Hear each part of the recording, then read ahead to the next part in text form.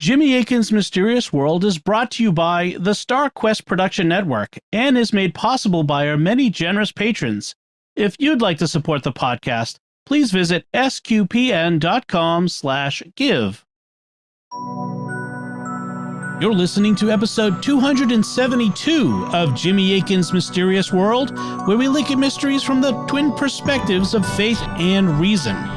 In this episode, we're talking about the Masonic revelations of the Frenchman Leo Taxil. I'm Dom Bettinelli, and joining me today is Jimmy Akin. Hey, Jimmy. Howdy, Dom. Since their modern beginning in the early 1700s, the Freemasons have made a mark on the world scene, and Catholic popes have rejected the Freemasons since shortly after they first appeared. But there have been some startling developments. In 1885, a former Freemason named Leo Taxil reverted to the Catholic Church, and he published multiple books that contained startling revelations about how Masonry was opposed to Catholicism. Soon, what he said was confirmed by people who became even more famous than he was. So who was Leo Taxil? What did he reveal? And what did others reveal after him? That's what we'll be talking about on this episode of Jimmy Akin's Mysterious World. Jimmy, what should we say to begin today's mystery? Today's mystery involves some startling revelations about Freemasonry by the French author and former Freemason Leo Taxil. As always on Mysterious World, we will be keeping things at an elevated level, and we strive to keep things as clean and family-friendly as possible. But the nature of Taxil's revelations includes some material that may not be appropriate for young children. We won't be mentioning the worst of what Taxil said, but we will be including enough to give listeners a general sense of what he said about his experiences with Freemasonry. So parents should be aware of this and make prudent decisions for their families. Now, before we begin, Dom, I understand you have had some experience with the Masons. Yes.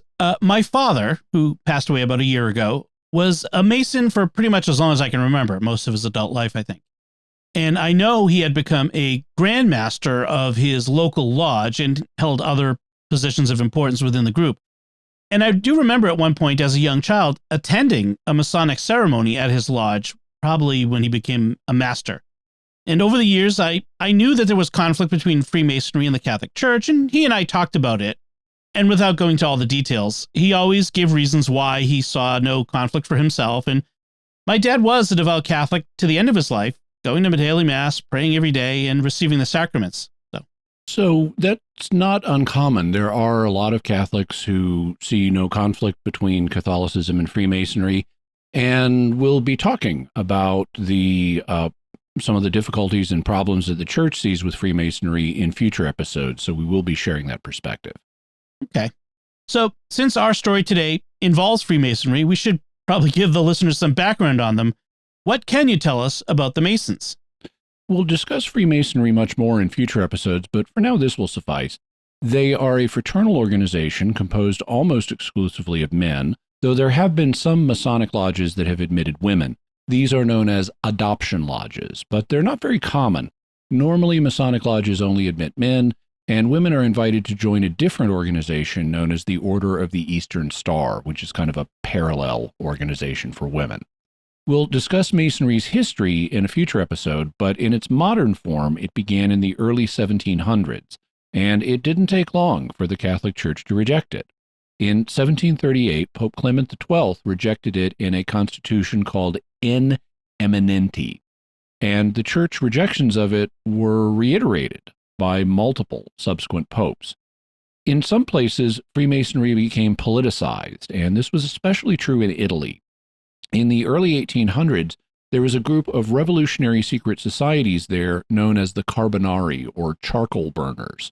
The charcoal burners had Masonic influences, and they played a role in the violent uprisings in Italy during the period. Later, between 1848 and 1871, the different states on the Italian peninsula were united in the modern Kingdom of Italy, particularly under the influence of military leader Giuseppe Garibaldi, and Victor Emmanuel II became the first king of a united Italy. How did the Church respond to these developments in Italy? They weren't a big fan of them. In the first place, there were territories known as the Papal States that had been under the civil jurisdiction of the Pope since way back in the year AD 756.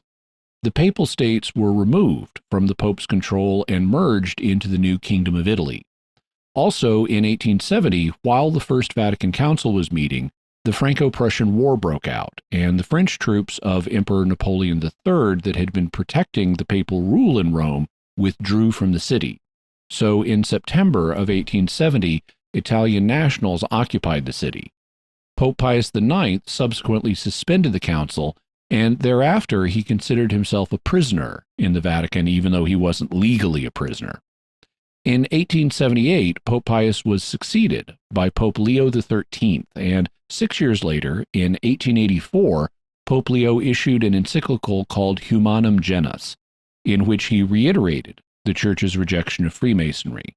He began the encyclical like this: "The race of man, after its miserable fall from God, the Creator and the giver of heavenly gifts, to the envy of the devil, separated into two diverse and opposite parts, of which the one steadfastly contends for truth and virtue, the other of those things which are contrary to virtue and to truth. The one is the kingdom of God on earth, namely the true church of Jesus Christ, and those who desire from their heart to be united with it, so as to gain salvation, much of necessity serve God and his only begotten Son with their whole mind and with an entire will. The other is the kingdom of Satan, in whose possession and control are all whosoever follow the fatal example of their leader and of our first parents, those who refuse to obey the divine and eternal law, and who have many aims of their own in contempt of God, and many aims also against God." Into the latter category, among others, Pope Leo placed both naturalists and Freemasons. He warned against the revolutionary aspirations that some Masons had been displaying, as well as the incompatibility of various aspects of Masonic beliefs and practices with the Catholic faith. How did Masons react to the encyclical? To put it lightly, Humanum Genus wasn't really their cup of tea. In his book, The Craft, How the Freemasons Made the Modern World, British historian John Dickey writes, "Unsurprisingly, therefore, Masonic brethren everywhere in the world reacted with a mixture of derision and outrage to the anti-Masonic encyclical Humanum Genus of 1884. In the United States, former Confederate General and Scottish Rite Supremo Albert Pike branded it a declaration of war against the human race. For the Vatican, such reactions only confirmed that the papacy's message about Freemasonry had hit home." Now, despite beginning the encyclical in very dramatic terms, contrasting those who serve God with those who serve the devil, and placing Freemasonry in the latter category, Pope Leo only mentions Satan in just a handful of times in the encyclical, and he does not say that Freemasons are consciously worshiping the devil, just that they are serving erroneous ideas that ultimately come from the devil. But there were people in the Catholic world who thought Masonry had a more direct connection with the devil, and soon their suspicions would be confirmed. To give you a sense of what some people in the church were thinking about Masonry, here's how John Dickey describes the situation. In 1850, Pius IX had given the Society of Jesus, that is, the Jesuits, a vanguard role by putting them in charge of Civiltà Cattolica, Catholic Civilization, a new magazine designed to spread the Holy See's message to as big a readership as possible. Civiltà Cattolica gave the Masonic craft obsessive coverage over the next 4 decades, recycling and updating the fears of Masonic conspiracy first expressed by Abbé Augustin de Barruel in 1797. Civiltà Cattolica launched with a serialized trilogy of anti-Masonic novels by Father Antonio Bresciani. The Jews of Verona, The Roman Republic, and Leonello all became bestsellers. They dramatized how Freemasonry and related sects were working in secret to bring about anarchy, Christianity's destruction, and Satan's triumph. The soul of all the unexpected and rapid changes in European states is the pandemonium of the secret societies. It was this pandemonium that made the pages of Bresciani's novels turn, a lurid, almost hallucinatory cavalcade of Masonic scheming, moral corruption, sexual deviancy, and political turmoil. Despite Freemasonry's notorious sniffiness about women, Bresciani's novels prominently feature malevolent sisters of the godless sect.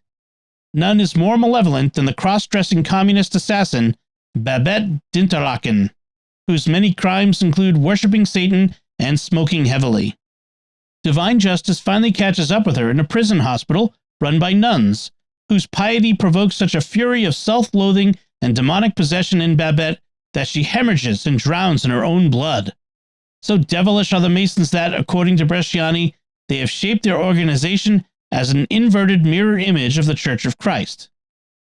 So yeah, some in the church were painting a more direct connection between Satan and the Freemason, with Father Bresciani's novels depicting members of the Masonic Lodge consciously working to bring about Satan's triumph, and including characters like cross-dressing female communist assassins who worship Satan and smoke heavily. There was thus a lot of suspicion about what Freemasons were really up to in Catholic circles, including in the prestigious Jesuit journal Civiltà Cattolica. At this point, a new figure enters our story, and that's Leo Taxil. What can you tell us about him? Leo Taxil wasn't his real name. It was a pen name that he used as a literary author. He was born in Marseille, France in 1854 with the prodigious name Marie-Joseph Gabriel Antoine Jogan Pages. And when he was 5 years old, he was placed in a Jesuit school. But he lost his faith and became an opponent of religion. He wrote some novels under his first pen name, Prosper Manin, and later he began writing nonfiction under the pen name Leo Taxil, the name under which he became famous. He was a prominent anti-clericalist, meaning a person who opposed the clergy and its influence in society. He also was one of the co-founders of the Anti-Clerical League of France, an organization devoted to attacking the clergy in print and opposing their influence on French citizens. John Dickey writes, in France, the most scurrilous of the anti-clerical polemicists was Leo Taxil, who from the late 1870s churned out a couple of books and half a dozen pamphlets a year, all of them with titles such as The Bible for Laughs in 1881, The Secret Loves of Pius IX, 1881, and A Female Pope, 1882. Taxil was excommunicated by Pius IX's successor, Leo XIII, in 1879. Quite an achievement for a man who was only 26. But this one-way ticket to hell only encouraged him. He reserved his purest scorn for the Jesuits, such as in the racy novels The Jesuit's Son, 1881, and The Debauched Confessor, 1883. Taxil was a passionate culture warrior, but he was also unscrupulous and money-grubbing, and had a series of run-ins with the law over plagiarism and slander. So Taxil was no fan of the church, and it's not a surprise that he was excommunicated by Pope Leo. Even though some of his most famous books were published after his excommunication, they display the clear disdain that he had for religion. For example, let's take his book, The Bible for Laughs. It's also sometimes called The Amusing Bible, and its full title in French means The Amusing Bible for Grown-Ups and Children. It contains various illustrations that are meant to be humorous. For example, one illustration shows God sitting on his throne in heaven, and he's surrounded by angels who are worshiping him, but God seems supremely bored with the worship, and he's openly yawning as if he's about to fall asleep. In another illustration, titled Let There Be Light, God is depicted as preparing to light his pipe by striking a match on the seat of his pants, which is something you could do back in the day, using what were known as strike-anywhere matches that would light on almost any surface, including pants. And people really would light matches on their pants, which could be made out of a rough material like denim. Strike-anywhere matches are also what you see in old movies, where people light a match by flicking the head of the match with their thumb. These days, although strike-anywhere matches are still available, most commercially available matches are known as safety matches because they have less of a chance of lighting accidentally because they have to be struck on a specially prepared surface, which is usually a strip on the matchbox or matchbook. In any event, with the book showing God bored with the worship he's receiving and equating Let There Be Light with God striking a match on his butt, you can see why many people didn't like the book and thought Taxil was mocking the Christian faith, which, frankly, he was, because he was a leading anti-clerical author and didn't like the church at all, having published many books, some of them quite racy, trying to smear the church and its clergy. But then, something startling happened, and news of it raced around the world. John Dickey explains, On 14 July 1885, L'Univers, the mouthpiece of the most conservative voices in the French Church, published rumors that the notorious atheist militant Leo Taxil had converted to the Catholic faith. L'Univers, which had often expressed its fury at such works of Taxil's as Grotesque Cassocks, 1879, and Mistresses of the Popes, 1884, reserved judgment on his conversion for now. The reports were more appropriately greeted with astonishment than belief, it observed. 9 days later, a small man with a puffy face, a pince-nez, and unkempt hair pushed back from a balding pate called unannounced at the offices of L'Univers. It was none other than Leo Taxil, who was carrying a letter setting forth his thinking. He had indeed repented and was profoundly ashamed of all he had done during 17 years as a free thinker. Nervous but determined, Taxil told the editor that he had placed himself in the hands of the Church. Taken aback, the editor of L'Univers gave a public assurance to Taxil that all good Christians would greet his conversion with compassion and prayer. Many did indeed express their joy at the redemption of this prodigal son. This news was so startling that it immediately raced around the world. For example, I found an article about it in the Australian paper, the Sydney Morning Herald, on September 7, 1885. The article said, In connection with the anti-clerical, and to put more broadly, the anti-religious movement in France, there is no name so notorious as that of Leo Taxil, the author of Leo XIII, the Poisoner, the Amusing Bible, and several other outrageously indecent and revolting works. He was mainly instrumental in founding the Anti-Clerical League. Some days since, the startling rumor was circulated in Paris that Leo Taxil had returned to the Church of Rome. It was disbelieved, but it nevertheless turned out to be correct. Leo Taxil had spent some time in retirement at the monastery of the Grand Chartreuse, and it was there that he resolved to publicly renounce the opinions he had so long held. The fury of his old associates when this news was confirmed cannot be easily described. The Leaguers held a meeting this week to pronounce the sentence of expulsion upon Leo Taxil. Much to their surprise, they found him in their midst. Although he was saluted with groans and hisses and shouts of traitor and renegade, he insisted upon speaking. At first they would not listen to him, but at length they decided to give him a hearing. He declared that he was not a traitor, and that he had retired from their society from no other motives than those which conscience dictated. He added that he had been the victim of his errors. This explanation was very far from satisfying the meeting, and a resolution was passed denouncing Leo Taxil's conduct as infamous, and expelling him from the League as a traitor and a renegade. In a later account, Taxil described this meeting from his perspective. When he first appeared at the paper L'Univers, or the Universe, to confirm his reversion to the Church, he was carrying a letter explaining his reversion, and they published it. In 1897, Taxil described what happened next. After the publication of the letter in which I disowned all my former irreligious writings, the Parisian groups of the Anti-Clerical League gathered in a general assembly to vote upon my expulsion. People were surprised to see me arrive there. The Leaguers were baffled, and my presence was incomprehensible indeed, since I had not come to defy those from whom I seceded and didn't say a word either to try and game them over. Most of these anti-clerical Leaguers were my friends. Some of them cried, and I was moved myself. Though I felt affected, I kept cool in the middle of a true tempest. I refer you to contemporary newspapers. In order to close the meeting, the president submitted the following resolution, which was agreed upon through an unanimous vote. Considering that the individual named Gabriel Joconde Pages, called Leo Taxil, one of the founders of the Anti-Clerical League, has disowned all the principles he stood up for, has betrayed free thinking and all his fellow anti-believers, the Leaguers attending the meeting of July 27, 1885, without taking into consideration the motives which dictated such an infamous behavior to the individual named Leo Taxil, expel him from the Anti-Clerical League as a traitor and renegade. I objected then against one single word of that resolution. I said the following in a most peaceful voice: My friends, I accept this resolution except one word. The president interrupted me and exclaimed, Indeed, this is cheeky. I kept on undisturbed. You have the right to say that I am a renegade, since I just published, 4 days ago, a letter in which I expressly retracted and disowned all my writings against religion. but I beg you to cross out the word traitor, which in no ways applies to my case. There is not the shadow of treason in what I do today." So Taxil acknowledged that he could be considered a renegade, since he had reneged, that is, renounced or abandoned his former positions.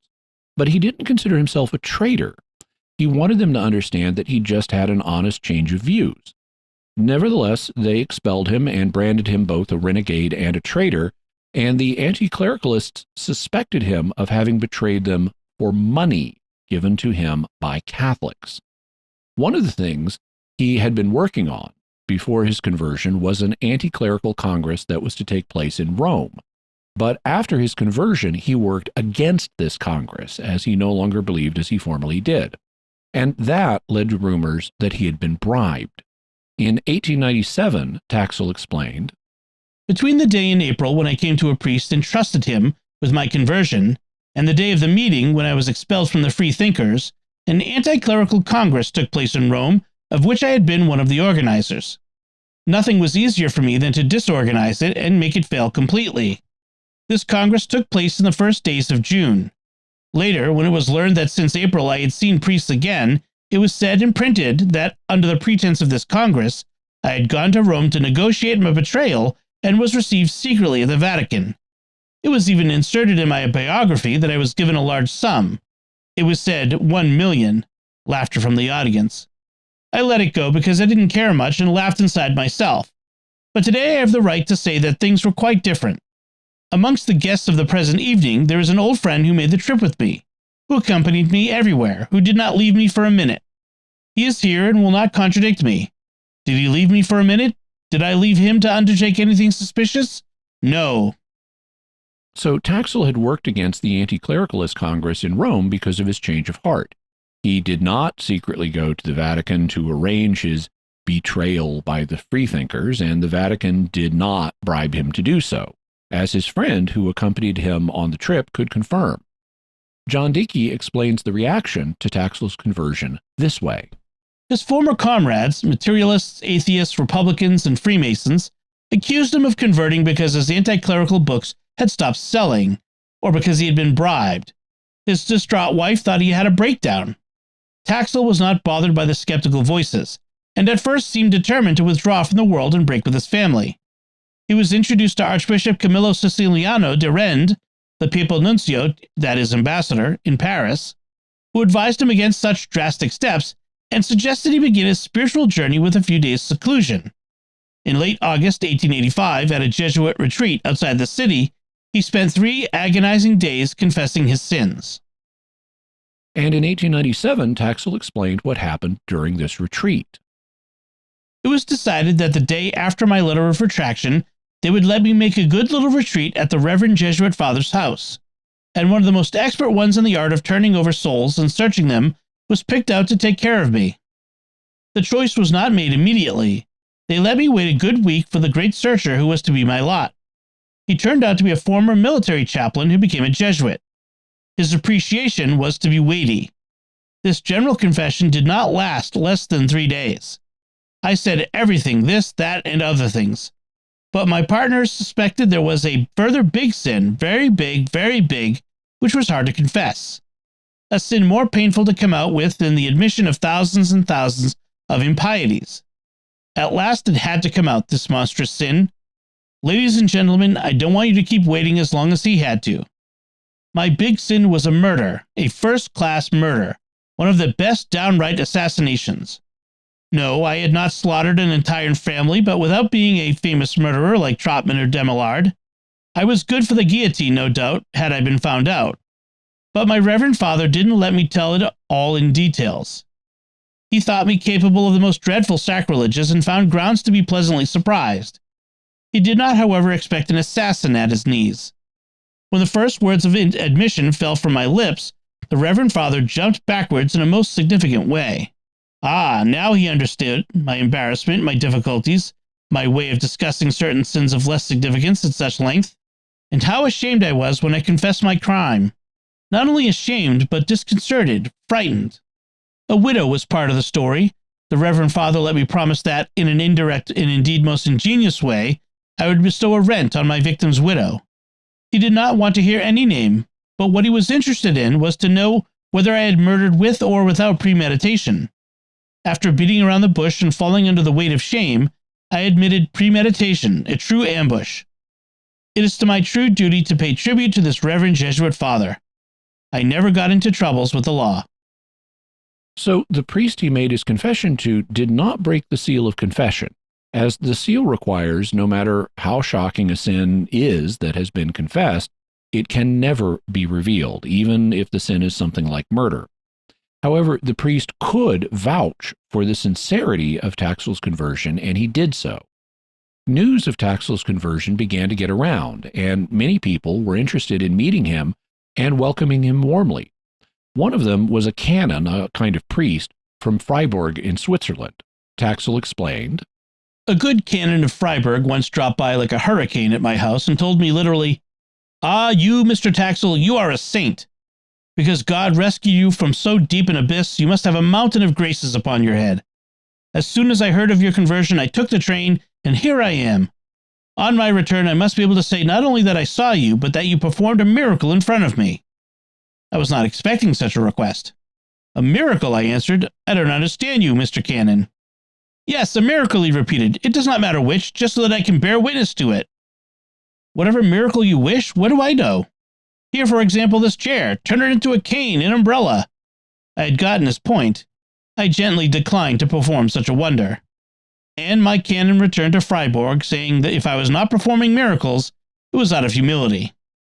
Several months later, he sent me a gigantic Gruyere cheese, on the crust of which he carved pious inscriptions, wild mystic hieroglyphs with a knife. An excellent cheese, by all means, which seemed never to come to an end, and which I ate with infinite respect."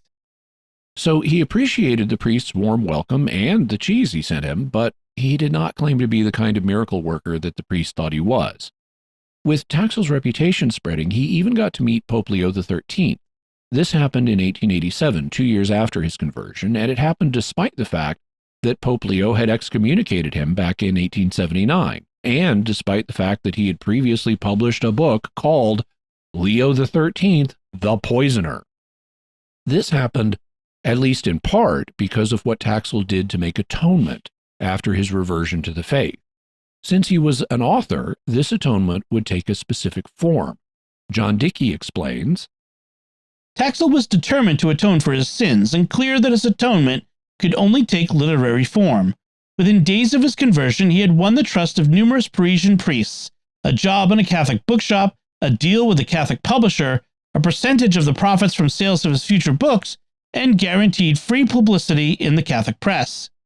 He could now lend his pen to a sacred cause, obeying the exhortation in Humanum Genus to tear the mask from Freemasonry. Confessions of a Former Free Thinker, Taxil's autobiography, came out in 1887. Born Gabriel Antoine Jocan Pagès in 1854 near Marseille, he was educated by the Jesuits at the behest of his conservative parents. His journey into the inexplicable labyrinth of evil began at age 14 when he stumbled upon a Masonic manual. As a result, he quickly became obsessed with the craft and lost interest in religious instruction. He took on the name of Leo Taxil at age 16 when he rebelled against his father and ran away from home, and developed into a political hothead who consorted with petty criminals and prostitutes. He was threatened with prison for, among other things, selling phony aphrodisiac pills. In the end, he was not involved in the sect for very long because he proved to be too independent-minded. Indeed, he left Masonry completely in 1881, 4 years before his conversion. But that was long enough to learn the Brotherhood's deepest secrets. Masons were secret devil worshippers who were prepared to use all other religions as cover for their evil mission. The many patient and wise researchers who had looked into Freemasonry already had left important secrets still shrouded in mystery, notably the craft's grotesque and hateful rituals. Taxil's future publications were going to fill that gap. Within 2 years of his conversion, over many hundreds of pages in 4 volumes, he set out all 33 degrees of the Scottish Rite, and of various less well-known rites too. He named the officers of all the Masonic Grand Lodges and Supreme Councils across the world, calculating that there were 1,060,005 brothers in total. It was clear, Taxil explained, that the greatest architect of the universe was just a Masonic code word for the devil, and that the structure and liturgy of the craft aped the structure and liturgy of the one true church. The Freemasons had also created an offshoot, the charcoal burners, in which brothers could vent their political ardor. While they were largely dormant at the moment, the charcoal burners stood ready to rise up when the cause of Masonic mischief demanded. Truth be told, much of what was in Taxil's early works on Masonry had already been published by the Masons themselves, but the sheer quantity of information showed the earnest piety of his purpose. He issued a stern warning to any readers who found Masonic secrets dull or even amusing. Do not laugh. Do not believe that Freemasonry is joking. This is a very serious business. The most successful of Taxil's first works as a repentant Freemason was Masonic Sisters, 1886, dealing with the adoption lodges in which both men and women participated. With the earnestness of Taxil's work, with multiple books he had written as a Catholic totaling many hundreds of pages exposing Masonic rituals, it was clear that he was serious about breaking with his past, and that helped lead to his meeting with Pope Leo. Taxil explains what happened in 1887, 2 years after his conversion. I went to Rome, received at first by Cardinals Mariano Rampolla and Lucido Parocchi. I had the pleasure of hearing them, one as well as the other, tell me my books were perfect. Yes, indeed, my books unveiled exactly what was so well known in the Vatican, and it was truly fortunate that a convert published these famous rituals. Cardinal Rampolla called me my dear, and how much he regretted that I had been only a mere apprentice in Masonry. But since I had succeeded in getting at the rituals, nothing was more legitimate than printing them. He said he could identify therein all his previous readings from documents in the Holy See's possessions. As for Cardinal Parocchi, what interested him most was the question of Masonic sisters. My precious revelations had taught him nothing new either. I had come to Rome unexpected, unaware of the fact that a request for a private audience with the Sovereign Pontiff must be made a long time in advance. But I had the pleasant surprise of not waiting at all, and the Holy Father received me for 3/4 of an hour. The verbal report which Cardinal Rampolla must have given to the Holy Father granted me the reception I desired. When the Pope asked me, "My son, what do you wish?" I answered, "Holy Father, to die at your feet right now. This would be my greatest happiness." Smiling, Leo XIII deigned to tell me that my life was still very useful in the fight for faith. Then he touched upon the question of Freemasonry. He owned all my new works in his personal library. He had read them from one end to the other and insisted upon the satanic guidance of the sect. Having been an apprentice only, I had great merit to have understood that the devil is there, and the Sovereign Pontiff stressed on the word devil with an inflection which is easy for me to render. It seems that I can still hear him repeating, "The devil, the devil." The warm reception that Pope Leo gave Taxil helped him further his exposés of Freemasonry. John Dickey explains, Leo XIII's approval and even affection won more churchmen over to Taxil. The Jesuit magazine Civiltà Cattolica began to cite him as an authority on things Masonic. Translations of his work into several languages made his reputation international. His next task was to clear up a number of mysterious deaths, which were in reality Masonic murders, as the title of his 1889 book proclaimed. One of the purposes of Freemasonry's ascending scale of degrees was to slowly induce absolute obedience. Once members achieved the Scottish Rite's 30th degree of Knight Kadosh, their will was so subservient that they became the craft's assassins to order. The Knights Kadosh had carried out a number of high-profile murders, including that of William Morgan, the American Masonic trader who disappeared near Niagara Falls, New York in 1826. And we'll be talking about William Morgan and what happened to him in a future episode on Freemasonry. It is another and true story of criminal things that Masons have done. But 2 years after his book Masonic Murders came out in 1891, Taxil released another book that revealed even more dramatic secrets about Freemasonry. And we'll find out what those secrets are in a second, after we take a moment to thank our patrons who make this show possible, including Mercedes S., Tim D., Kevin M., Bob M., and Joe B. Their generous, tax-deductible donations at sqpn.com/give make it possible for us to continue Jimmy Akin's Mysterious World and all the shows at StarQuest. And you can join them by visiting sqpn.com/give.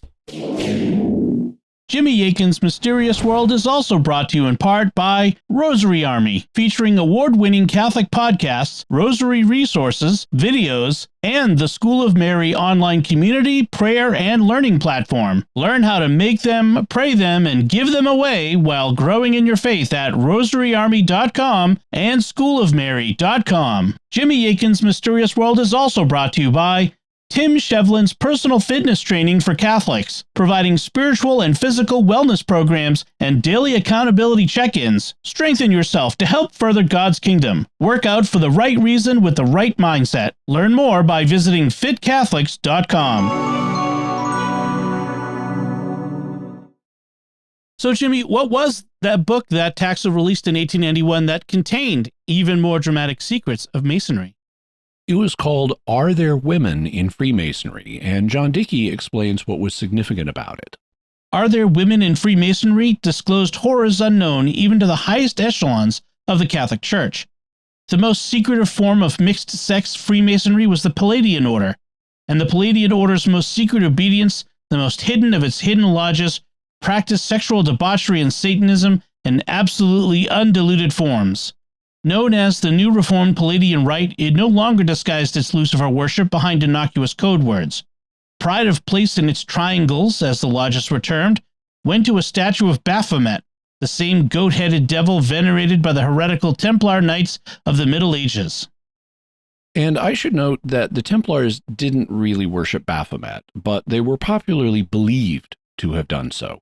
We discussed the Knights Templar back in episode 56, so you can go back and listen to it for more information about them.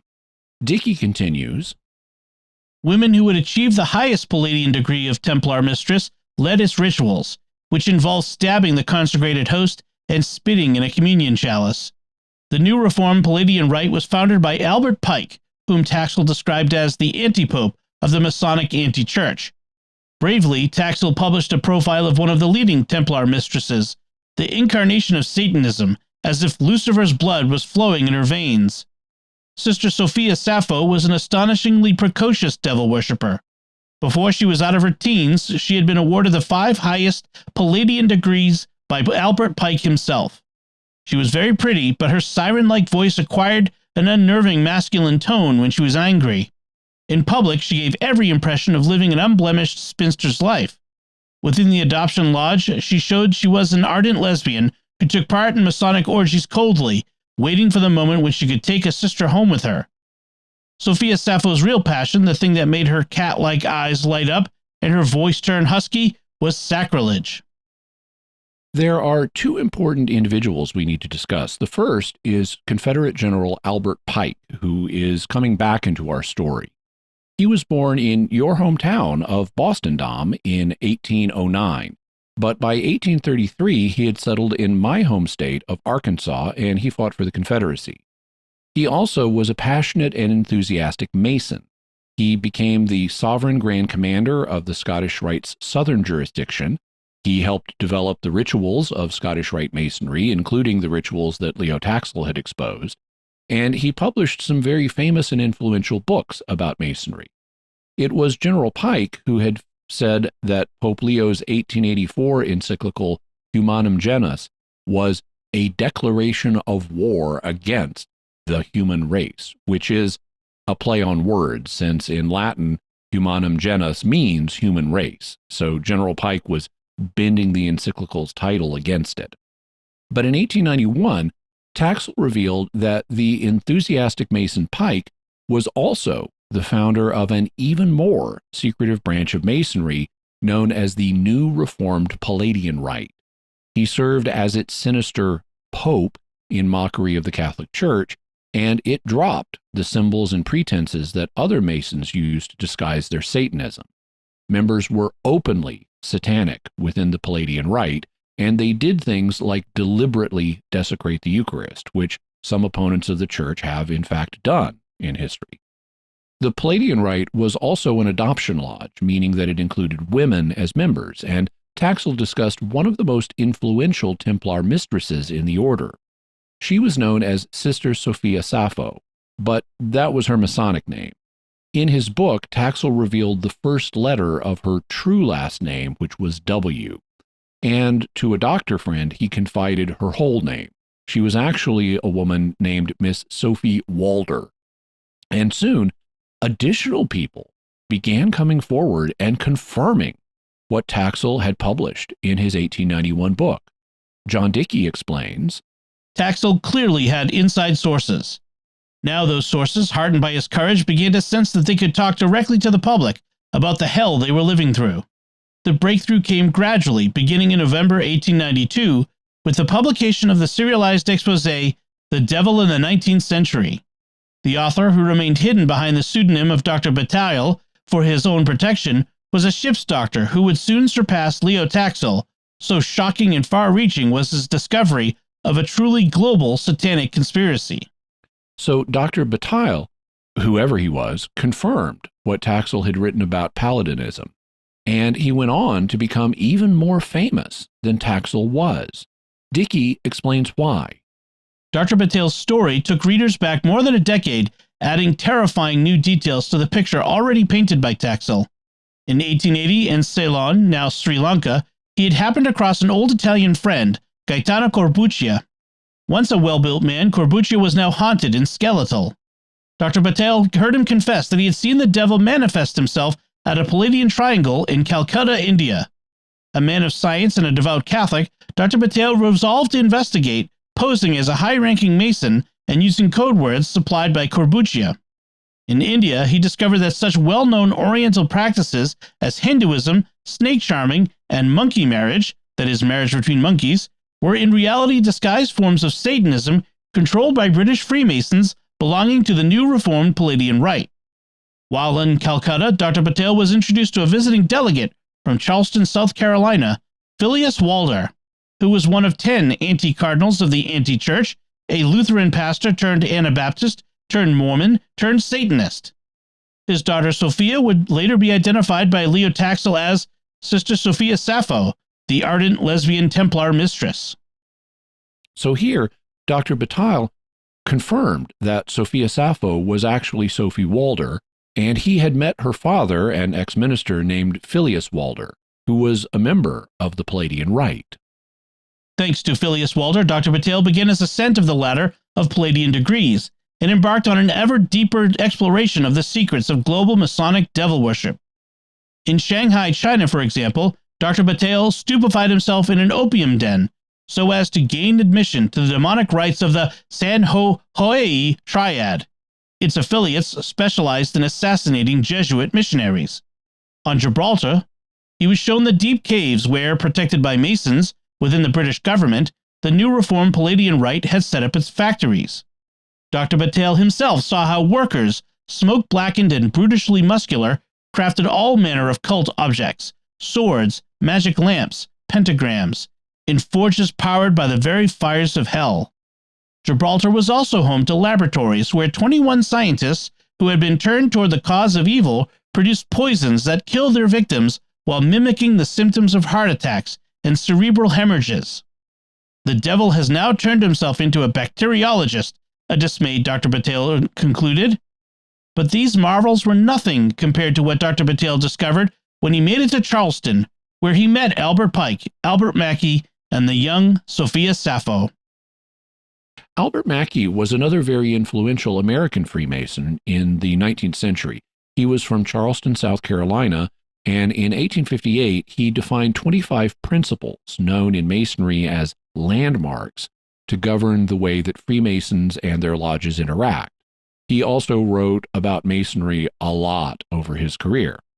Dr. Bettinelli revealed that, like General Pike, he also was a member of the Palladian Rite, and Mackey showed Dr. Bettinelli a device known as the Arcula Mystica, which is Latin for mystical box or mystical chest.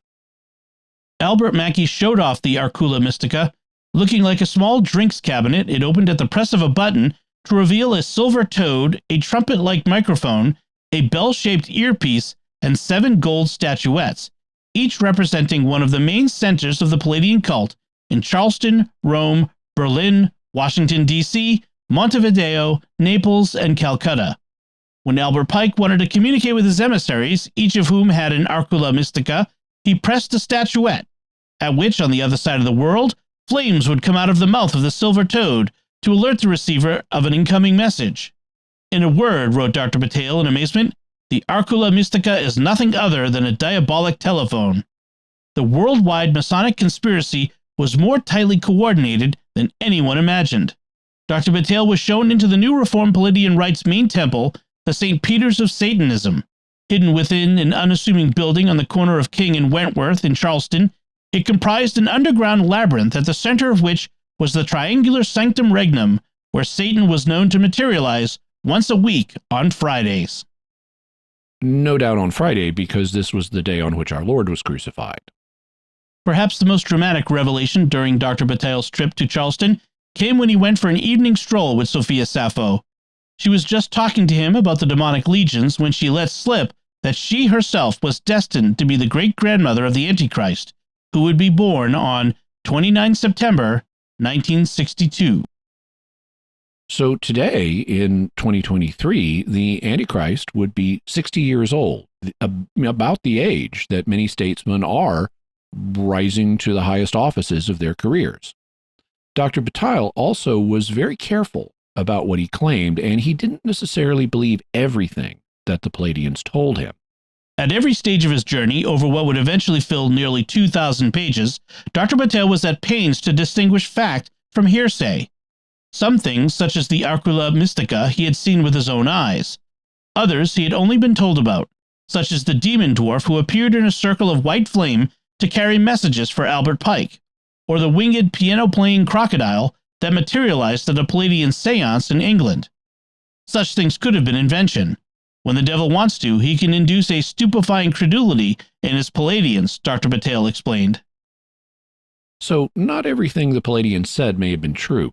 Some of them may have just been things they believed, like some of them believed the claim that Satan was appearing in Charleston on Fridays. And so Dr. Bettinelli was careful to distinguish between what he was told and what he had actually seen. His work, The Devil in the 19th Century, was extremely popular, but soon he would be eclipsed by another figure, just as he had eclipsed Leo Taxil.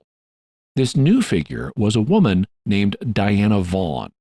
John Dickey explains, in autumn of 1893, Dr. Bettinelli's memoirs were brought sensationally into the present as news leaked to several Catholic newspapers of a schism at the new Reformed Palladian Rite's secret conference in Rome. The split developed over the election of a successor to Albert Pike, who had died in 1891. One faction was led by a Templar mistress called Diana Vaughan. Keen readers of The Devil in the 19th Century knew Diana Vaughan's backstory already. Half French and half American, she was an anomaly among demonolators. At her initiation to the degree of Templar mistress, a ceremony conducted in Paris by Sophia Sappho, she flew in the face of Palladian orthodoxy by refusing to spit on the consecrated host. Diana believed that Lucifer was in fact a good god, and that Adonai, as the Palladists called the Christian deity, was a force for evil who was incapable of becoming flesh in a communion wafer. Diana's case generated furious debate in the Satanist community, but she was protected from being punished by her personal demon and fiancé, Asmodeus, who had given her a magical lion's tail that flogged anyone who spoke out against her. Diana and Sophia Sappho became bitter rivals, and Diana went into hiding for her own protection. In January 1894 came new astonishment. Despite the mystery that normally shrouded Masonic business, Diana agreed with a leading Catholic journalist to give an interview in a secret location in Paris. The Diana who appeared before her interviewer was a tall, attractive woman of 29, with a serene air and a boyish haircut. So open and pure were her features that the interviewer had to remind himself and his readers that, although a virgin, she was a convinced Luciferian. In the wake of the interview, published in the Catholic periodical L'Echo de Rome, Diana received thousands of letters, many of them urging her to renounce the devil. She typed polite replies to them all on paper headed with Masonic symbols. Late in 1894, it emerged that Diana had founded a new Masonic order, the Regenerated and Free Palladium. In March the following year, she took the extraordinary step of going public again, with an attractively priced monthly magazine designed to spread her beliefs. So now a new person was confirming what Taxil had reported about Palladianism, even though she was a member of the Palladian rite itself. Dr. Bettiel had written about her in The Devil in the 19th Century, and she was the leader of a rival faction of Palladian Masons, opposed to those who were allied with Sophia Sappho. Now she came forward and gave an interview to the Catholic publication, The Echo of Rome. It was an in-person interview, so that the reporter saw her with his own eyes, and when readers of The Echo wrote her, urging her to repent, they received polite letters back from her on Masonic stationery, though she wasn't interested in giving up her Satanism. She also began publishing a monthly magazine about her beliefs, but thousands of people were now praying for her conversion, and, as Dickey explains, after only 3 issues of the magazine came the news that many prominent Catholics had long been praying for. Diana had embraced the faith. In Rome, Civiltà Cattolica spoke for the church hierarchy when it rejoiced at the way divine grace had worked repentance in the heart of one of the most implacable enemies of God and his Christ. Diana, who was now sheltered in a convent known only to a tiny group, changed the title of her magazine to Memoirs of an Ex-Palladist. Henceforth, she would use it to express her newfound Christianity, confess her past sins, and expose the workings of Palladism from the inside. She published a photograph of herself in the male garb of a general inspector of the Palladium and gave the intimate story of her relationship with the demon Asmodeus. A series of articles under the heading The Great-Grandmother of the Antichrist contained many revealing anecdotes about Sophia Sappho, including the time when she had vomited flames after drinking some holy water. It was foretold that Sophia Sappho would go to Jerusalem, where on 29 September 1896, she would be delivered of a baby girl fated to be the grandmother of the Antichrist. Proof of the prophecy was provided in the form of a letter in Latin from the demon Bitru, the baby's father. There were signs of divine blessing for what Diana Vaughan was doing. In September 1895, a young woman reported being miraculously cured of a serious affliction after making a pilgrimage to Lourdes in Diana's name. Accordingly, Memoirs of an Ex-Palladist met with the approval of some of the most authoritative voices in Catholicism, notably Civiltà Cattolica, which cited her precious memoirs repeatedly, and said her work was so rigorous that it would be a credit to the most erudite historian. In addition to publishing Memoirs of an Ex-Palladist, Diana also published a collection of prayers entitled Eucharistic Novena, and she began receiving letters of approval from high churchmen. For example, on December 16, 1895, she received one from Cardinal Lucido Parocchi, who was the cardinal vicar of Pope Leo XIII at the Vatican. The cardinal wrote, Miss and dear daughter in our Lord, it is with a lively but quite soft emotion that I received your good letter of 29 November, together with a copy of the Eucharistic Novena. His Holiness Leo XIII has entrusted me with bestowing upon you, on his behalf, a very special blessing. My sympathies have been all yours for a long time. Your conversion is one of the most magnificent triumphs of grace that I am aware of. Right now, I am reading your memoirs, which are just fascinating. Be assured that I have not forgotten you in the meantime, especially in my prayers to the Holy Sacrifice. As for you, do not cease to thank our Savior Jesus Christ for the great mercy which he bestowed upon you and the magnificent token of love which he gave you. Do accept my blessing and believe me, all yours in the heart of Christ, L.P. Cardinal Vicar. So, among other things, Cardinal Parocchi indicated that Leo XIII had entrusted him with the task of sending Diana Vaughan a special blessing.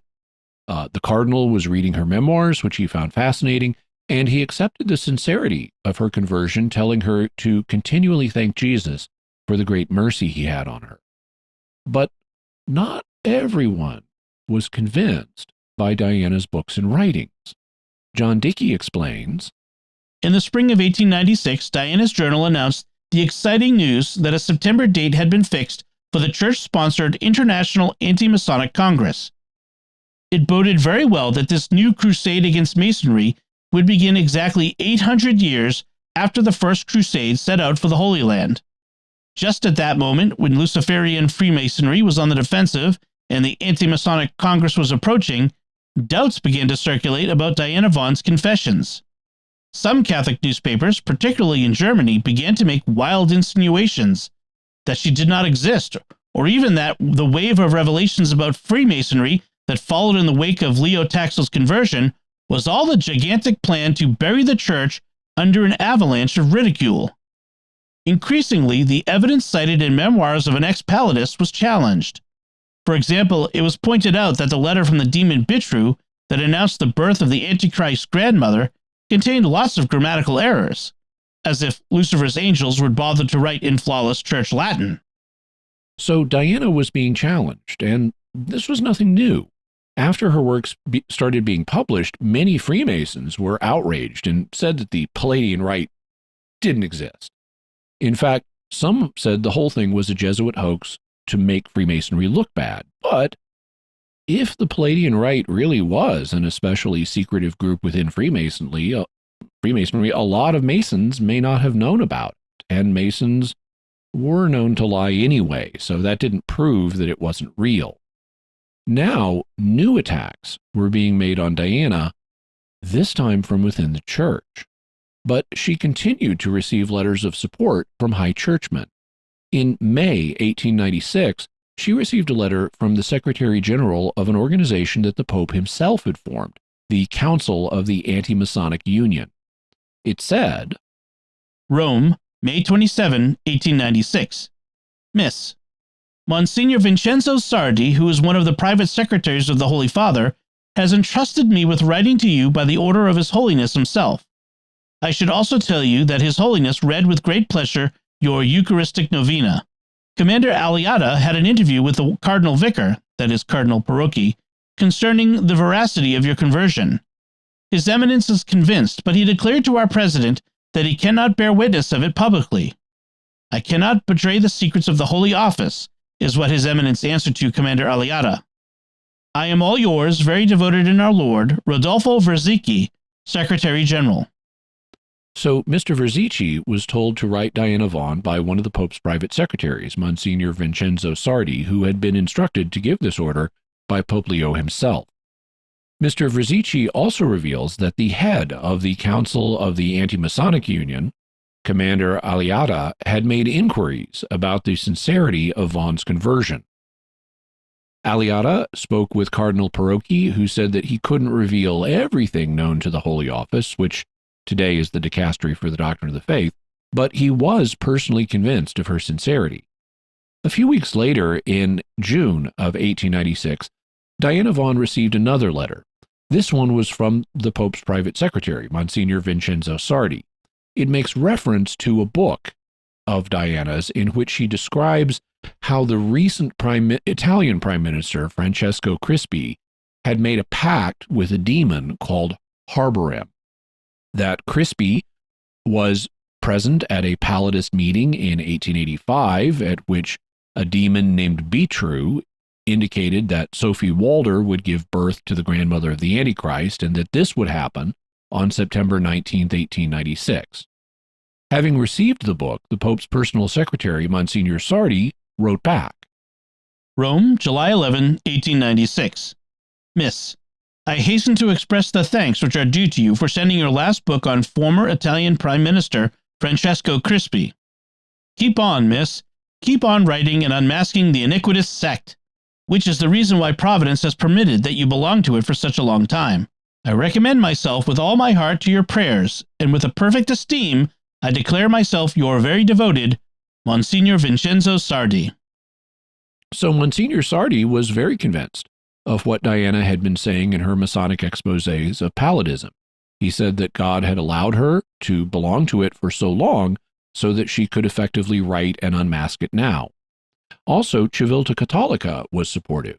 In their September 1896 issue, they wrote, We want at least once to give ourselves the pleasure of blessing publicly the names of the valorous champions who entered first the glorious arena, among them the noble Miss Diana Vaughan. Miss Diana Vaughan, called from the depths of darkness to the light of God, prepared by divine providence, armed with science and personal experience, turns toward the church to serve it, and appears inexhaustible in her valuable publications, which are unparalleled for accuracy and usefulness. So Civilta Cattolica recognized Vaughan as having a genuine conversion and was now serving the church with her writings, which, Civilta Cattolica said, are unparalleled for accuracy and usefulness. And in October 1896, after the attacks on Diana had appeared in the press, the secretary of Cardinal Parocchi wrote her, "Keep on, miss, through your pen and your piety, despite the efforts of hell, furnishing weapons to overwhelm the enemy of mankind. All the saints' deeds have been fought against. No wonder then that yours are not spared. Please accept, miss, the expression of my liveliest feelings of admiration and respect. A. Villard, prelate of the residence of His Holiness, secretary to His Eminence Cardinal Parocchi." So Villard said that Diana's work was being opposed just as the work of the saints had been opposed, and he regarded her writings as useful weapons to oppose the devil.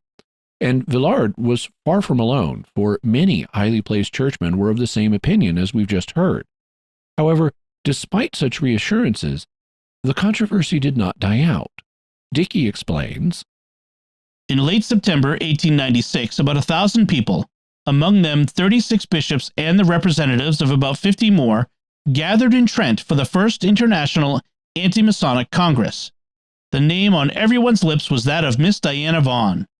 A special session of the Congress was scheduled to discuss the issues arising from her memoirs. Some doubters asked for proof. Who were her confessors? Who were the godparents at her baptism? Leo Taxil, who was one of the few people who had been trusted to know Diana Vaughan's whereabouts, came to the speaker's platform to point out the obvious. Publishing such information would endanger Diana Vaughan's life. Since opinions at the Congress remained divided, a special commission was entrusted with looking further into the issue. But when the commission's report came out some 3 months later, it said blandly that there was not enough evidence to decide how genuine the memoirs of an ex-palladist were.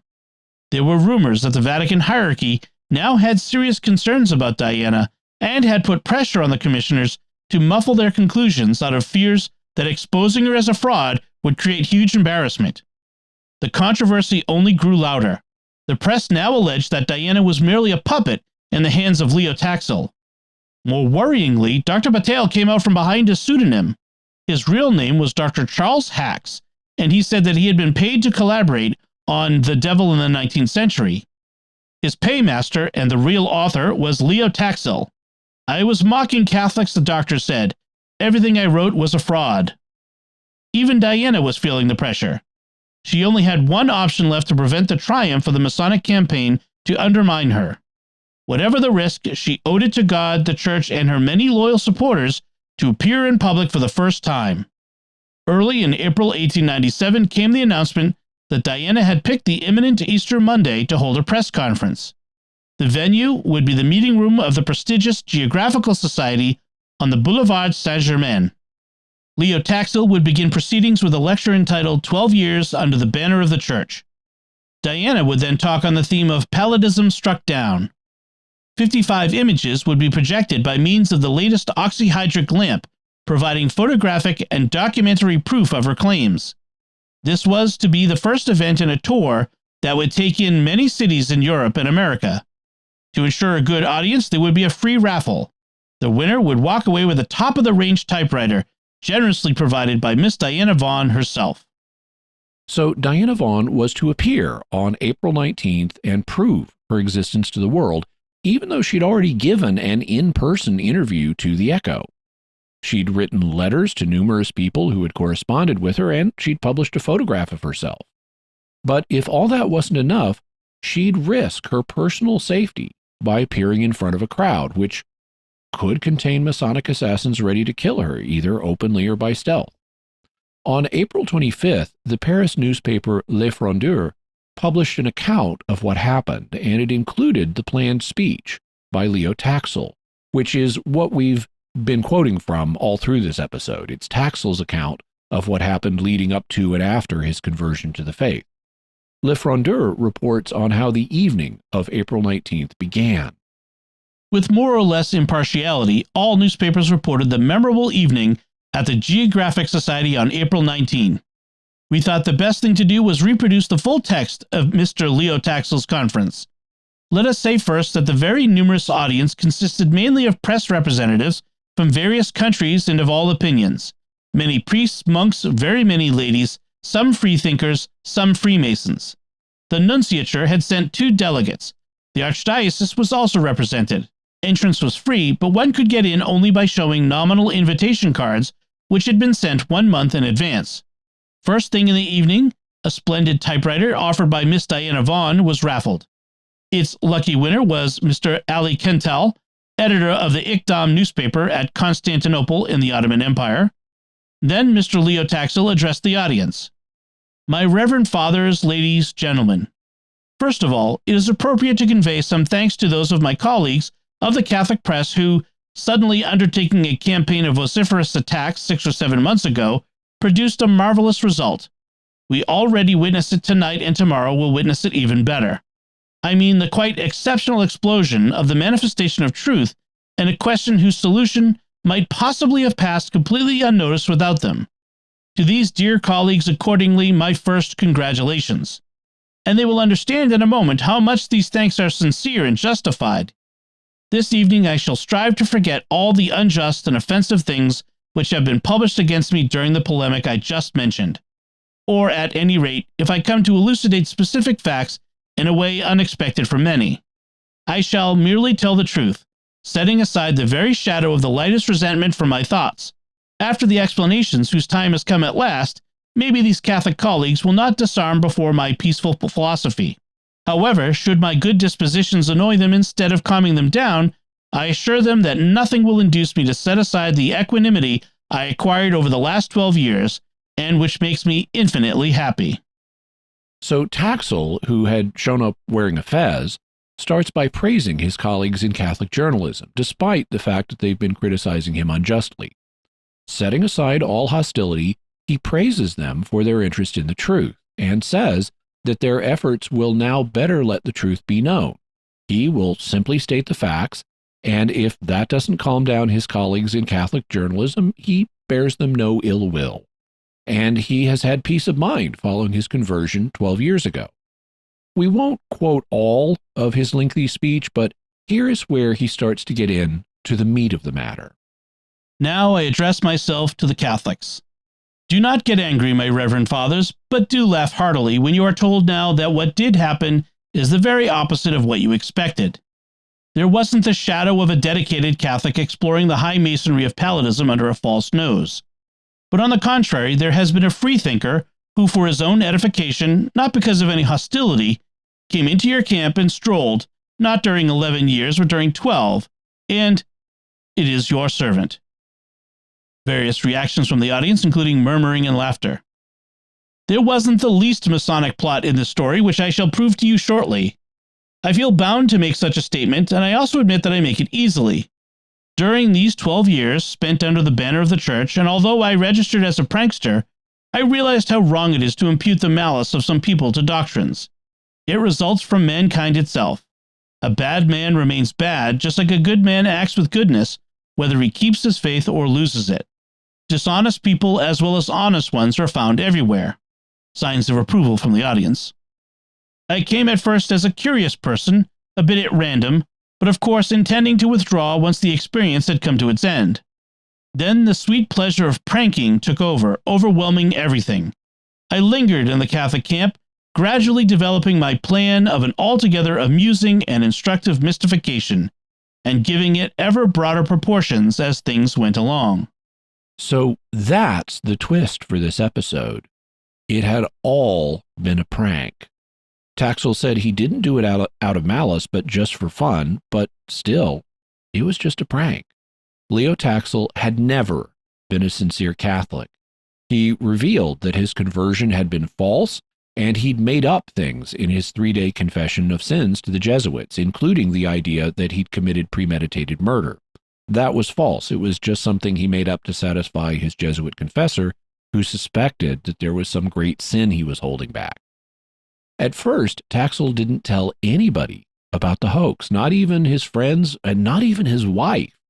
He let them all believe that his conversion was sincere, lest any of them give him away.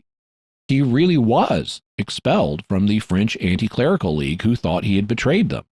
And I have to say that not even telling your wife and letting her think you've had a breakdown when really you've been conducting an elaborate prank, especially one that goes on for 12 years, really reveals a lack of human consideration and constitutes a breach of husbandly duties towards one's wife. Taxil went on to describe the history of the prank and how it evolved over time. He discussed how he enlisted Confederates. One was Dr. Charles Hacks, the real man behind the Dr. Bettielli persona. Dr. Hacks really was a ship's doctor who had traveled the world, and Taxil brought him into the plan to add color and accurate details about other parts of the world in the narratives that Taxil himself would write for The Devil in the 19th Century. The other Confederate was the woman behind the Diana Vaughan persona.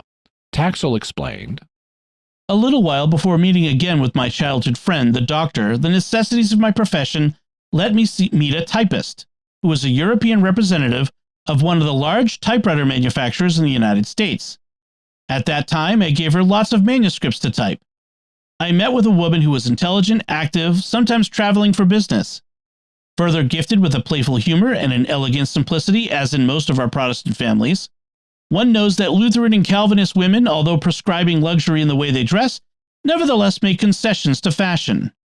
Her family was French, father and mother French but deceased. The American origin went back to her great-grandfather only. She is, as I said, rather a freethinker than a Protestant. Consequently, she was amazed to find out that in this century of progress, there are still people who believe seriously in all the nonsense of the Middle Ages. Finally, I convinced Miss Vaughan to become my accomplice for the final success of my hoax. I drew a fixed agreement with her. 150 francs per month, or something like $800 today after all the inflation the governments have caused, for typing manuscripts as well as for letters which should be copied by hand. It goes without saying that should trips be necessary, all her expenses would be defrayed, but she never accepted any money as a gift. In fact, she enjoyed the prank quite a lot and took a liking to it. Corresponding with bishops, cardinals, receiving letters from the private secretary of the sovereign pontiff, telling them fairy tales, informing the Vatican about the dark plots of Luciferians, all this set her in an inexpressible gaiety. She thanked me for associating her with this huge prank." Taxil discussed how many bishops and theologians had believed even the most outlandish parts of their story, like when they said that a winged piano-playing crocodile had materialized at a Palladian seance in England.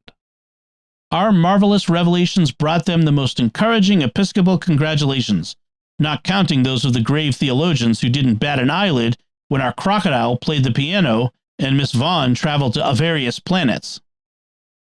I should point out that spirits were often held to materialize in bodily form at seances in this period, and in cases of what is known as physical mediumship, spirits were often held to play musical instruments at seances. What was distinct in this case was merging a materialization with playing an instrument and making the spirit take the form of a winged crocodile. Also, as we heard back in episode 229 and again in episode 230, 19th century figures like Seventh-day Adventist prophetess Ellen Gould White had claimed to be taken to other planets in visions, so similar claims were being made in other quarters. But some people did see through the hoax and tried to report it. One of them was the American bishop Henry Northrup. He was the bishop of Charleston, South Carolina, where the Palladian Masonry was allegedly based. Taxil explains, "Monsignor Northrup, Catholic Bishop of Charleston, went to Rome expressly to assure the sovereign pontiff of the highest fantasy of these writings. This journey would have remained unknown if Monsignor Northrup, on his way to Rome, had not let himself be interviewed, which is how what he came to tell the Pope became public. He had come to say, 'It is false, absolutely false, that the Freemasons of Charleston are the chiefs of a supreme Luciferian rite. I am especially well acquainted with the most important ones. They are Protestants inspired by the best intentions. Not one of them considers practicing occultism. I visited their temple. None of the rooms indicated by Dr. Bettielli or Miss Vaughan are to be found there. The map of the building is a hoax.' On his return from Rome, Monsignor Northrup did not protest anymore and has kept silent ever since. Miss Diana Vaughan, on the contrary, replied to Monsignor Northrup's interview. She said the Bishop of Charleston was himself a Freemason, and she received the Pope's blessing. So Bishop Northrup alerted Pope Leo to the falsity of the writings about the Palladian Rite, indicating that he knew the most important Freemasons in Charleston and they were sincere Protestants, not Satanists. He further had seen the interior of their Masonic temple, and the rooms described in Taxil-inspired writings simply did not exist, such as the one containing the Arcula Mystica supervillain telephone, with the silver toad statuette that would spout flames to signal an incoming call. None of that was real. And after Bishop Northrup's warning, Diana Vaughan simply accused him of being a Freemason, and she continued to receive approval from high churchmen, while Bishop Northrup thereafter kept his mouth shut in public, perhaps to avoid embarrassing Pope Leo and others at the Vatican, and perhaps to avoid feeding the idea that he was himself a Freemason and getting into deeper trouble. Taxil concluded, "Ladies, gentlemen, you were told that Palladism would be knocked down today. Better still, it is annihilated. It is no more. In my general confession to the Jesuit Father of Clamart, I had accused myself of an imaginary murder. Well, I will admit to a further crime. I committed infanticide. Palladism is now dead for good. Its father just murdered it." The reaction of the crowd to this new confession was mixed. John Dickey reports, The audience was initially nonplussed as Taxil began to speak. Then, as the truth sank in, a murmuring anger spread through the hall. The claque of friends Taxil had brought with him laughed demonstratively. The first shout to be heard above them was, "You're just a squalid rascal." From that point, cries of rogue and scoundrel accompanied the speaker's every word, forcing him occasionally to stop until the din subsided. The churchmen present looked at one another, uncertain of what to do. Some wept or stared in disbelief. Some began to walk out. Others called them back to continue protesting. Taxil also handled the moment of exposure very badly. The audience were treated to the lengthy spectacle of a man beaming smugly at his own tasteless joke. He considered this enjoyable and instructive mystification to be the most fantastic hoax of modern times. He appealed to the clergymen present not to get angry, but to laugh sunnily along with him. Nausea, according to one journalist present, was the overwhelming reaction in the hall. When Taxil finished speaking, there was uproar. A good portion of the audience, by no means all of them from the Catholic side, surged toward the speaker. Insults flew along with gobs of spit. Taxil was only saved from the wrath of the crowd by his friends and by the policeman who escorted him to a restaurant nearby. So Taxil had admitted that the whole story of Satanic Masonry had been a hoax that he had been working for 12 years. After this revelation, people who had believed the story largely went quiet. Dickey explains, The Church, for its part, opted for the pretense of dignified silence, wherever it could. Civilta Cattolica had the impressive brass neck to claim that it never really believed in Leo Taxil and Diana Vaughan. It reassured its readers of the Pope's great serenity when he heard the news, and quoted him as saying that Taxil's fraud was just one more example of how impudent Freemasons could be. Leo Taxil lived out a comfortable early retirement on the substantial nest egg that Palladism had earned him. When the opportunity arose to round out his income, he would republish one or other of the books from his anti-clerical days, like The Secret Loves of Pius IX from 1900 and The Bible for Laughs from 1901. He died in provincial obscurity in March 1907. and so Leo Taxil passed on to his reward. So what can we say about Leo Taxil and his colossal hoax from the faith and reason perspectives? Well, lessons should we learn from it? The chief lesson is don't believe everything you hear. So don't assume the worst about those you disagree with or disapprove of, and that particularly applies to groups like Masons. As we'll see in future episodes, Masons have done bad things, but that doesn't mean we should believe every rumor we hear about them. And there are lots of rumors. You hear all kinds of stories about Masons, including in the Catholic world, that are just put out there without any solid evidence backing them up. So I wanted to start our discussion of Masonry on the show with a cautionary tale. As today's episode illustrates, some of the things you hear about Masonry are totally false. Leo Taxil staged an elaborate 12-year hoax that took in many members of the Catholic hierarchy, including priests, bishops, cardinals, Vatican officials, and apparently Pope Leo XIII himself, who reportedly told Taxil that he had read all of his books and pamphlets. Yet, this could have been avoided if people had not just believed the story because it went along with their preferred narrative. They should have insisted on actual evidence and not just believed wild stories that they found exciting. They would have discovered the hoax if they had done serious fact-checking on the claims, or if they had just applied common sense to the more outlandish claims like the supervillain telephone or the piano-playing crocodile materialization. Or if they had just listened to people who had first-hand knowledge of the situation that were trying to warn them, like Bishop Henry Northrop of Charleston. But instead, they gave in to confirmation bias and didn't seriously question the story they were being fed. Taxil's narratives confirmed their beliefs about Masons and how sinister they were, so they just accepted the claims without proof and without cross-examining them. Cross-examining things and using critical thinking is what we do here on Mysterious World. So in future episodes on Masonry, we won't simply be accepting claims without evidence. But unfortunately, not everybody takes this attitude, and some contemporary Catholic figures who shall remain nameless for the present have spun wild theories about the church being infiltrated by Masons. Some have even written books with the word infiltration in their title, and based them on rumors rather than verified facts.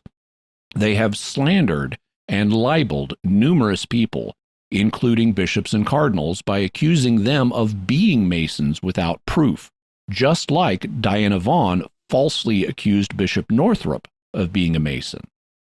Unfortunately, too many people have not learned the needed lessons, and the Leo Taxil hoax continues to have an effect today. Encyclopedia.com notes, "The hoax was forgotten by all but a few students of occult history, but Taxil's books reemerged in the 1980s as source material from which contemporary anti-Mormon and anti-Satanist conspiracy books have been written." So people in more recent times have been using Taxil's writings, apparently without realizing that they were a hoax, and related wild claims about Masonry continue to be made by others. For example, one of Jack T. Chick's Chick tracts was The Curse of Baphomet, and today Chick Publications still issues a tract called That's Baphomet? In works like this, Chick continues to peddle the idea that Masons worship Baphomet and that they are closet Satanists.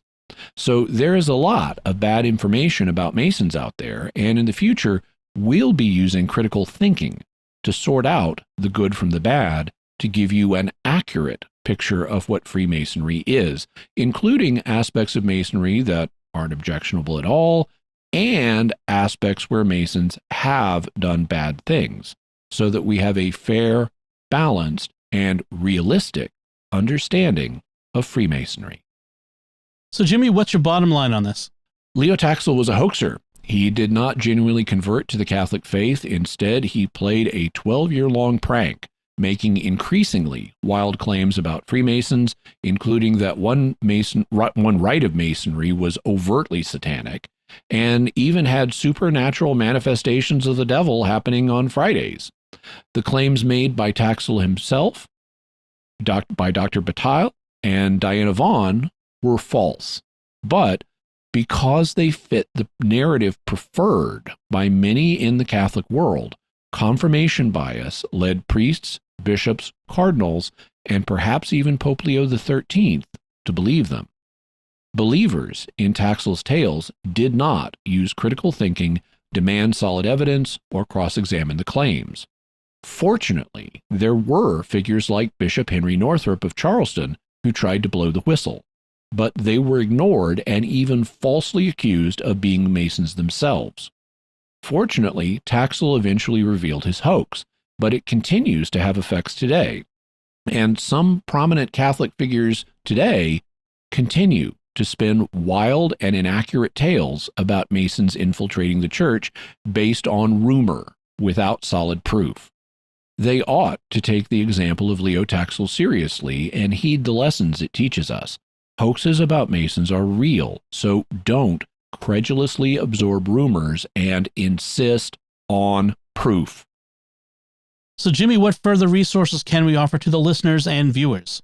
We'll have a link to John Dickey's book, The Craft, How the Freemasons Made the Modern World, Pope Leo XIII's 1884 encyclical Humanum Genus, Leo Taxil's Confession of the Hoax, as well as information on Leo Taxil from Wikipedia and encyclopedia.com, also information on the Leo Taxil hoax, and a post that I wrote about meeting Jack Chick himself.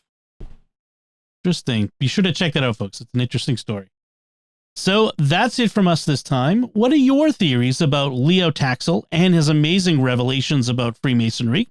You can let us know by visiting sqpn.com or the Jimmy Akin's Mysterious World Facebook page, sending us an email to feedback@mysterious.fm, sending a tweet to @mys_world, visiting the StarQuest Discord community at sqpn.com/discord, or calling our mysterious feedback line at 619-738-4515. That's 619-738-4515.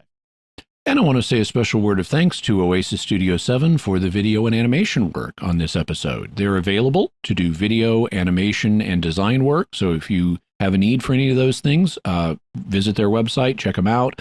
You can also see examples of their video work and animation work by going to my YouTube channel, youtube.com/Jimmy Akin, where we post the Mysterious World videos that Oasis Studio 7 does. I also post other videos. And while you're there, I'd appreciate it if you would hit the like button, because if you like something and you tell YouTube that, then YouTube will think, oh, other people may like this too, and it'll show the video to more people and help us grow the audience. Also, I'm trying to grow my channel, and so we recently passed 40,000 subscribers. Our next goal is 50. So I'd appreciate it if you would hit the subscribe button and the bell notification so that you always get a notification whenever I have a new video out, whether it's a Mysterious World videos or one of the apologetic videos I put up. Jimmy, what's our next episode going to be about? Next week, we're going to be hunting for cryptids or hidden creatures. Specifically, we're going to be hunting some frightening creatures that are reported to be flying snakes. Just imagine a snake coming at you through the air. There are multiple reports of these spanning the centuries, and there's much more to this story than you might suspect, so you won't want to miss our latest cryptid hunt. Excellent. Not excellent about flying snakes, but excellent, interesting story. So, folks, be sure to get your very own Mysterious World t-shirt like I'm wearing in today's video, if you're watching the video, or mug or more in our Mysterious merchandise shop at sqpn.com/merch. You can find links to Jimmy's resources from our discussion on our show notes at mysterious.fm/272. And remember, to help us continue to produce the podcast, please visit sqpn.com/give. Jimmy Akin's Mysterious World is also brought to you by Fearvento Law PLLC, now assisting clients with expungements and set-asides of Michigan convictions. To learn more, call 231-202-3321 or go to fearventolaw.com, FIORVENTO law.com. And by DeliverContacts.com, offering contact lenses at low prices with free delivery. Visit DeliverContacts.com. Until next time, Jimmy Akin, thank you for exploring with us our mysterious world. Thanks, Dom. And once again, I'm Dom Bettinelli. Thank you for listening to Jimmy Akin's Mysterious World on StarQuest.